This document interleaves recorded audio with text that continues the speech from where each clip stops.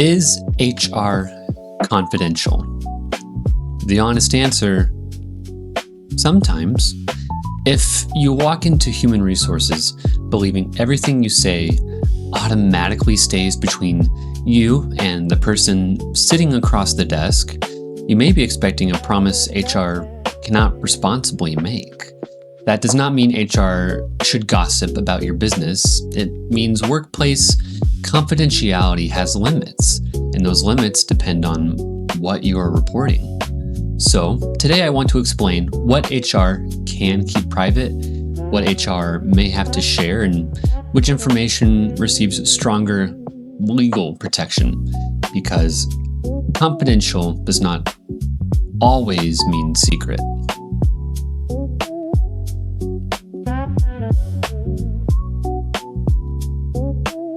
In an HR setting, confidentiality usually means information is restricted to people who have legitimate need to know.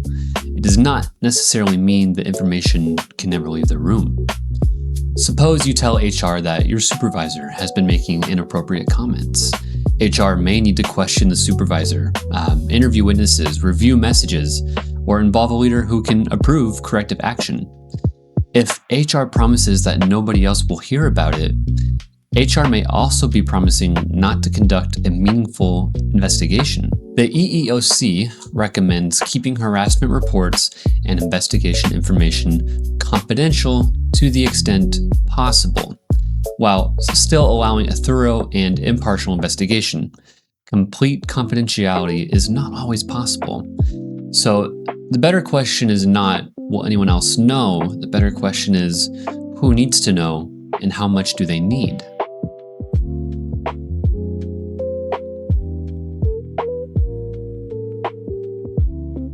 Here is something many employees, and honestly some managers, do not realize. There is not one single confidentiality rule covering everything inside an HR department.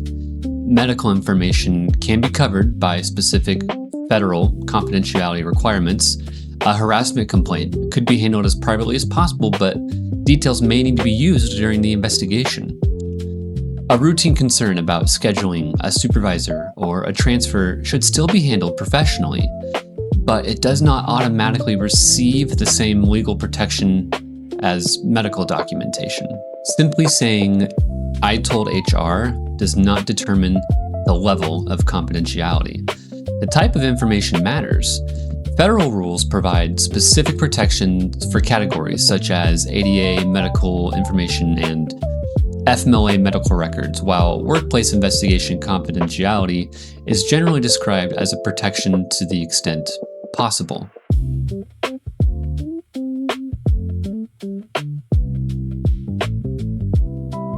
Imagine an employee tells HR, "My manager keeps making comments about my age. I want you to know, but I do not want an investigation, and I do not want my name mentioned." HR should explain the process and protect the employee's identity as much as reasonably possible, but HR may not be able to agree to do nothing. Once an employer knows about potential harassment, it may have a responsibility to investigate and take appropriate action. The EEOC describes an effective investigation as prompt, initial, impartial, and thorough. That may require speaking with the employee, the accused person, and witnesses who may have relevant information. That creates real tension. The employee wants privacy. The accused person needs enough information to understand the allegation and respond. Witnesses may need to answer specific questions. Management may need enough information to stop the conduct.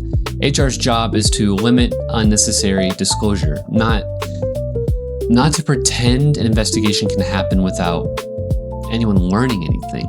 Sometimes, even when HR names the complaint, the circumstances identify them. If only 2 people were present when a comment was made, removing the employee's name does not make that report truly anonymous. This is why HR should never casually promise, "Everything you tell me stays right here." A more honest explanation, "I will protect this information as much as I can. But depending on what you share, I may need to involve people who are responsible for addressing it."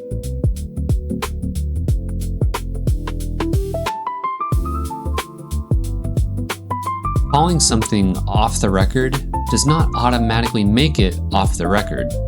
Employees sometimes say, I just need to vent, I'm not making a complaint. That may be fine when the issue is ordinary frustration. But if the employee describes discrimination, harassment, threats of violence, HR may need to assess it, even when the employee does not want formal action. EEOC guidance specifically recognizes the conflict that can occur when an employee asks a supervisor to keep alleged harassment confidential and take no action. Allowing the employee to completely control the response could conflict with the employer's responsibility to prevent and correct harassment. An employee can express a preference, but the employee may not have complete control over the company's response after reporting a credible misconduct. That does not mean HR should turn every uncomfortable conversation into a dramatic investigation. That means HR has to evaluate what was reported, how serious it may be, who could be affected, and what responsibility does the organization have now.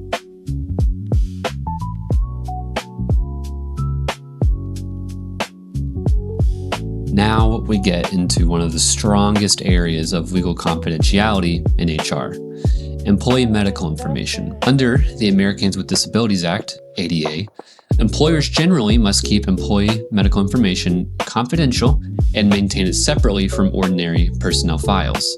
The protection is broader than many people assume. The EEOC explains that information may be confidential even when it does not contain a diagnosis, describe a treatment, or was not created by a doctor. Even employees' request for reasonable accommodation can qualify as confidential medical information. There are limited exceptions. A supervisor may be told about necessary work restrictions or accommodations. First aid or safety personnel may receive information when emergency treatment or assistance could be needed.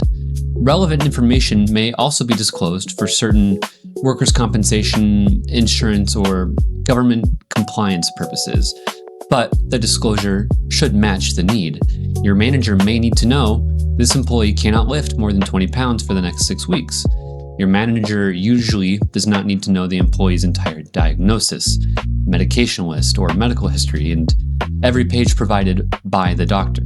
Here is the distinction. A manager may need the restriction without needing the diagnosis. And here is another fact that surprises people. The EEOC has stated that telling coworkers an employee is receiving an ADA accommodation can reveal confidential related information.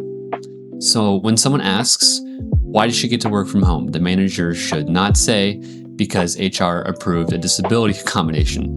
The manager can simply explain that the individual workplace arrangements are handled privately.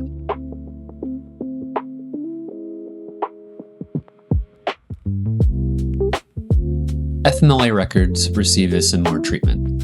The Department of Labor says that records involving FMLA medical certifications, recertifications, or medical histories must be maintained as confidential medical records and kept separately from routine personnel files. A supervisor may need to know that an employee will be absent, needs a schedule adjustment, or has a work restriction. That does not mean the supervisor automatically receives access to the medical certification list. So when an employee says, I don't want my manager to know about my condition, HR may explain, your manager may need to know that you will be absent or that certain restrictions apply. They do not need to know every medical detail. Again, the standard is need to know.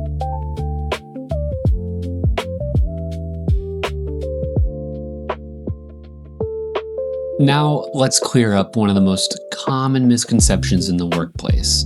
Not every piece of medical information is protected by HIPAA. The United States Department of Health and Human Services explains that HIPAA privacy rule generally does not protect employee records, even when the records contain health-related information. HIPAA normally controls how covered health plans and healthcare providers disclose protected health information. It generally does not regulate an employer simply because the employer has a doctor's note in an employee file. That does not mean the employer can do whatever they want with the information.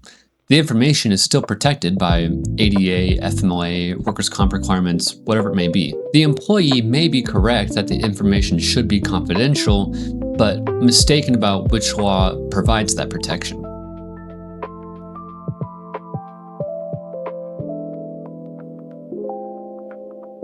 Anonymous and confidential are also different. Anonymous means the organization does not know who made the report. Confidential means the organization knows who made it, but limits who receives that person's identity and information. An anonymous report can make an investigation more difficult because HR may be unable to ask follow-up questions, test the details, or clarify what happened.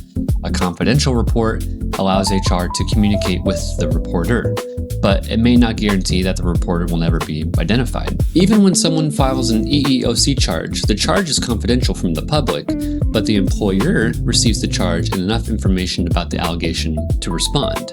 That is a clear example of why confidentiality and secrecy are not the same thing.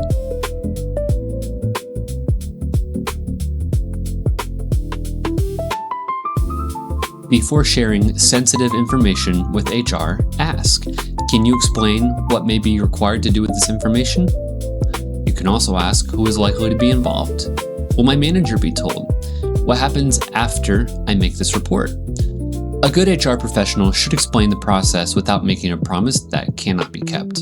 Employees should also understand that reporting suspected discrimination or participating in an employment discrimination investigation is generally protected from retaliation under federal equal employment laws. That does not make someone immune from ordinary performance or conduct standards. But an employer cannot punish someone because they reported suspected discrimination or participated in the complaint process. When an identity cannot be completely protected, the prohibition against retaliation becomes an important second layer of protection.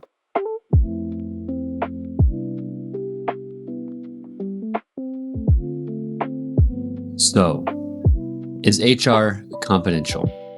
Sometimes legally, sometimes professionally, and sometimes only to the extent that the situation allows. Medical information receives specific legal protection. Investigations should be handled as privately as possible, but complete secrecy can prevent a fair investigation. An ordinary workplace conversation should still be treated with discretion, even when they may not fall under the same specific federal confidentiality rules as medical information. The standard I use is simple. Do not share information because someone is curious. Share only what is necessary with the people responsible for doing something about it. That is what confidentiality should look like in human resources. Well, that's the insight for today. If you found this useful, stick around. If you need practical HR support in your workplace, I'll have my website linked down below. I'll see you in the next one.